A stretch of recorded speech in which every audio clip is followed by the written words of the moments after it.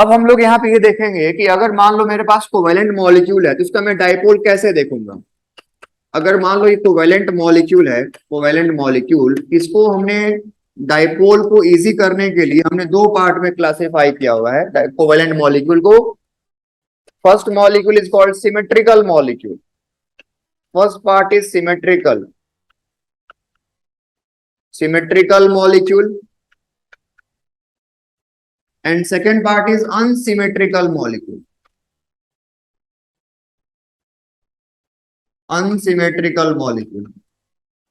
सो एक है symmetrical molecule और एक है unsymmetrical molecule.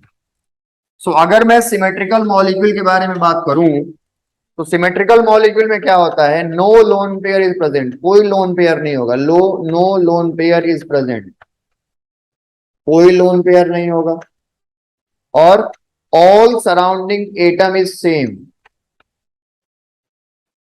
All surrounding atom is same, सब सराउंडिंग एटम सेम होंगे। ओके, इनका ये क्या होगा, इनका जो डाइपोल मोमेंट होगा, डाइपोल मोमेंट वो होगा जीरो, डाइपोल मोमेंट इनका जो होगा वो हो जाएगा जीरो। ठीक है, और ऐसे जो मॉलिक्यूल होंगे वो नॉन पोलर नेचर के होंगे, this are non polar molecule, non polar in nature, ये नेचर से नॉन पोलर होंगे, इसमें कोई चार्ज का डेवलपमेंट नहीं होगा।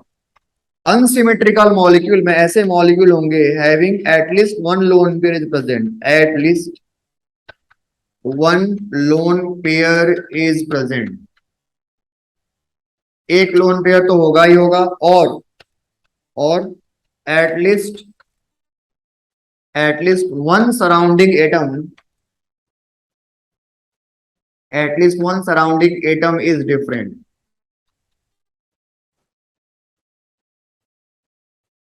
एक सराउंडिंग एटम जो होगा वो अलग होगा। नेक्स्ट पॉइंट में आप लिखोगे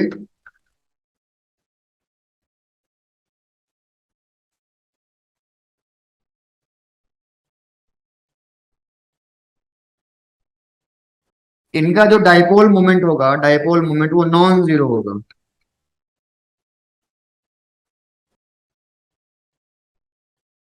वो होगा नॉन जीरो, और ऐसे मॉलिक्यूल जो होंगे वो नॉन पोलर होंगे, दीज आर पोलर, सॉरी, ऐसे जो मॉलिक्यूल होंगे पोलर इन नेचर।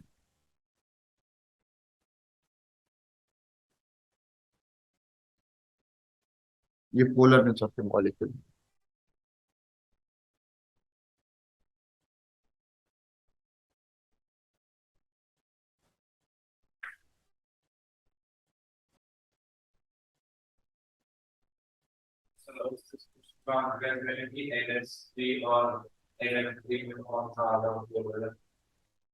बताते हैं।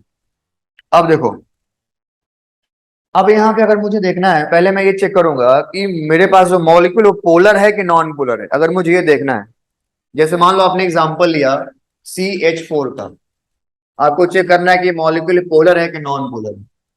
अब CH4 में आप ये देखो कि इसमें कोई लोन पेयर है क्या, कोई लोन पेयर नहीं है। ये आपको कैलकुलेट करके आप लोग कैलकुलेट करने आता है कि अगर मीथेन है तो मीथेन में कोई भी लोन पेयर नहीं होता है, तो यहाँ पे लोन पेयर हो गया जीरो।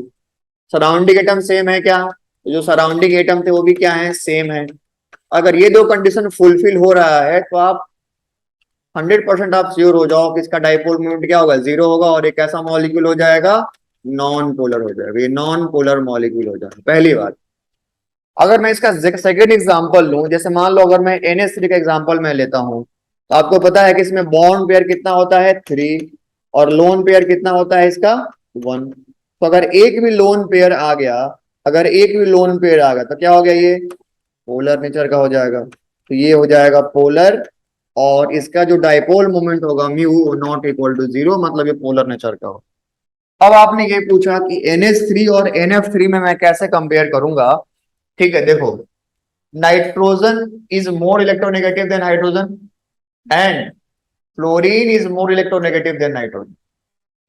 ठीक है, अब यहाँ पे क्या होता है कि जो आपको डायरेक्शन याद रखना है कि जो मैंने आपको बताया कि जो डाइपोल का जो डायरेक्शन होगा वो पॉजिटिव टू नेगेटिव होगा, that is del positive to del negative होगा, मतलब ये हो गया more electronegative element, more electronegative से ये लेस इलेक्ट्रोनेगेटिव से मोर इलेक्ट्रोनेगेटिव की तरफ होगा, लेस इलेक्ट्रोनेगेटिव से मोर इलेक्ट्रोनेगेटिव की तरफ होगा। दूसरा इसमें बात आपको क्या याद रखना है कि जो लोन पेयर होते हैं उनका जो डाइपोल होता है वो टुवर्ड्स, उसको हम लोग लोन पेयर से इमर्ज होता हुआ दिखाएंगे, मतलब इस तरीके से हम लोग दिखाते हैं।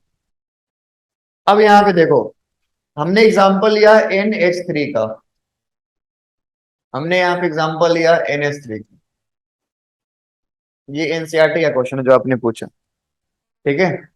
ये NH3 का अगर मैंने एग्जांपल लिया तो नाइट्रोजन और हाइड्रोजन में नाइट्रोजन की इलेक्ट्रोनेगेटिविटी ज्यादा है, तो डायपोल का जो डायरेक्शन होगा वो नाइट्रोजन की तरफ होगा, ठीक है। और यहाँ पे क्या है, एक लोन पेयर भी है, तो यहाँ पे एक लोन पेयर भी है, तो अगर यहाँ पे एक लोन पेयर, इसका डायरेक्शन किधर होगा, इसकी तरफ होगा। अब इन तीनों का जो रिजल्टेंट होगा, ठीक है, इन तीनों का रिजल्टेंट दैट इज Q1, ये हो गया Q2 और ये हो गया Q3। तो आपको पता है कि जो मैग्नीट्यूड होगा Q1 का वो Q2 के इक्वल होगा, और वो किसके इक्वल होगा, Q3 के इक्वल होगा, उसको हमने क्या बोल दिया, Q नेट बोल दिया, ठीक है। इसका जो होगा मान लो आपका, इसका जो होगा वो Q3 हो गया, Q4 हो गया मान लो, तो इसका जो नेट डाइपोल होगा वो क्या होगा, Q4 प्लस क्या होगा, Q नेट, दोनों का क्या होगा, सम होगा, समझ में आ रहा है ना, Q नेट और इनका दोनों का क्या होगा, सम होगा। अब सेकेंड वाला केस आप कंसीडर करो, सेकेंड वाले केस में क्या हो रहा है, आपने बोला NF3, सो NF3 में क्या होगा, एक लोन पेयर तो होगा ही होगा, उसके बाद फ्लोरीन, फ्लोरीन और फ्लोरीन।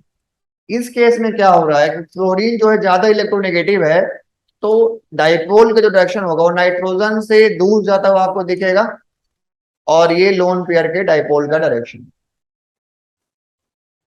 इसको आपने बोल दिया Q नेट, इसको आपने बोल दिया Q4, और इन तीनों को मिला के आपने बोल दिया क्या, Q नेट, इन तीनों को मिला के आपने बोल दिया Q नेट।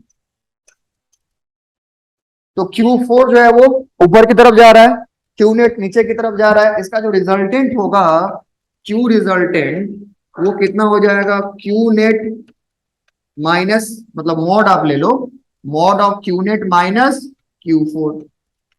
मॉड क्यों ले लिया, क्योंकि मैं मैग्नीट्यूड कंपेयर कर रहा हूं, इनका जो मैग्नीट्यूड होगा क्या पहले वाले से कम हो गया, क्योंकि इसका जो मैग्नीट्यूड होगा Q रिजल्टेंट अगर आप इसका निकालोगे, इसका जो Q रिजल्टेंट होगा mod of Q4 plus mod of Q net के इक्वल होगा। तो अगर दो वेक्टर ऐड हो रहे हैं, कितने भी छोटे हो, इससे तो ज्यादा ही हो जाए, क्योंकि यहाँ भी वही वाले ऐड हो रहे हैं, अगर यहाँ पे रिमूव हो रहा है तो कम हो जाएगा, और यहाँ पे ऐड हो रहा है तो ज्यादा हो जाएगा, इस तरीके से चीजें होती हैं। तो चलो ठीक है, आज यहीं तक रखते हैं, नेक्स्ट क्लास में आगे कंटिन्यू करते हैं, ठीक है। किसी को डाउट है क्या इससे related? Thank you, sir. Okay.